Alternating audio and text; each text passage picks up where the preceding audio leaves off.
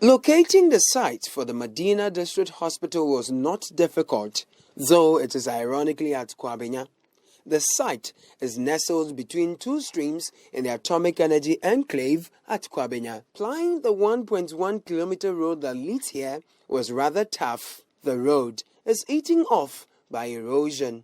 These structures put up in the waterway doesn't help either. Seeing this saloon car struggle to ply the road, I wasn't surprised. This truck broke down while two others were pushed through the mud by a pole loader before getting to the site.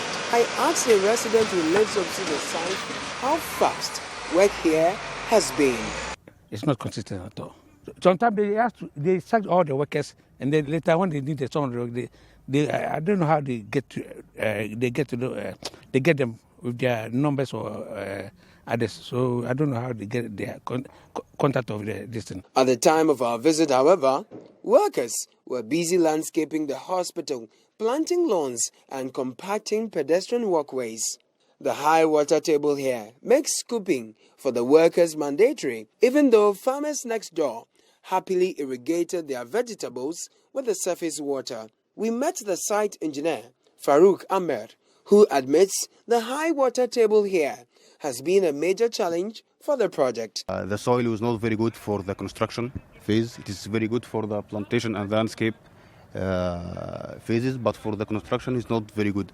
So that delayed us many times. Engineer Amer took us around the 130,000 square meter hospital project. The workers continued to fix ventilation pipes underground that would transport critical supplies like oxygen across units and wards like the reproductive and healthcare unit, emergency and casualty department, inpatient wards, among others. Painting and wiring works were in progress at the administration block. Same could be said of the medical services area. The facility will have its own kitchen and laundry.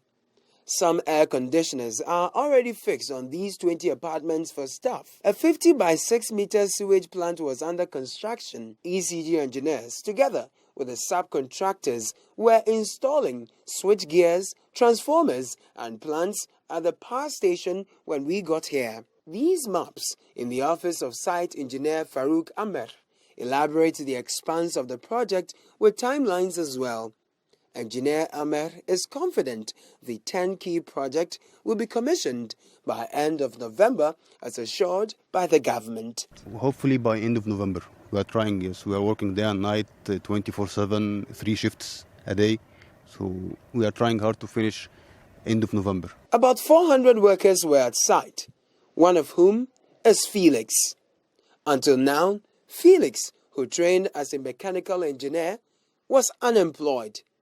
Now, he's a painter at the site, earning what he says is some good money. Compared to then, when I was unemployed, it's even difficult to afford 3 square meals. But now I can say that at least I can afford 3 square meals a day.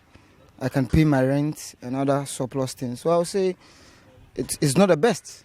We are hoping for the best, but we are managing and it's good.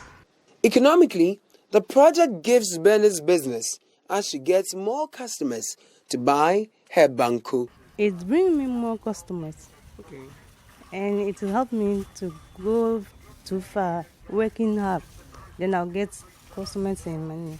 Ophelia cannot wait for the construction to end. The dust here kills her, even though she looks forward to a cheaper and better health care at the completed Madina District Hospital. Okay, I need to say hospital, but I'm future so high. Saying sweet to an future no my and so young color and so yari. It's not so high and somebody to baby big craft for quite one my acquiring so here.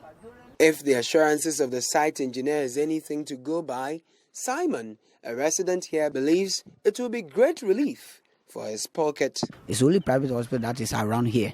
So we don't have money. You can't go to the private hospital. Before you reach to the Achimota, maybe the person will die. I am very happy. But it's very good. It will help a lot of people, pregnancy people, and then those who are sick. So I'm very happy. Building technologist and head of research at City FM and City TV, Kojo Akoto Boateng, after the tour, had some begging questions. The president said it will be completed by end of November 2018. as to whether the Ministry of Health and the Ministry of Finance have started work on recruitment, financial clearance, having operational funds for the facility to work with and all those. We don't know. That's something we are going to find out from the ministry, because the facility can be complete, but you need the human resources and the consumables to deliver healthcare.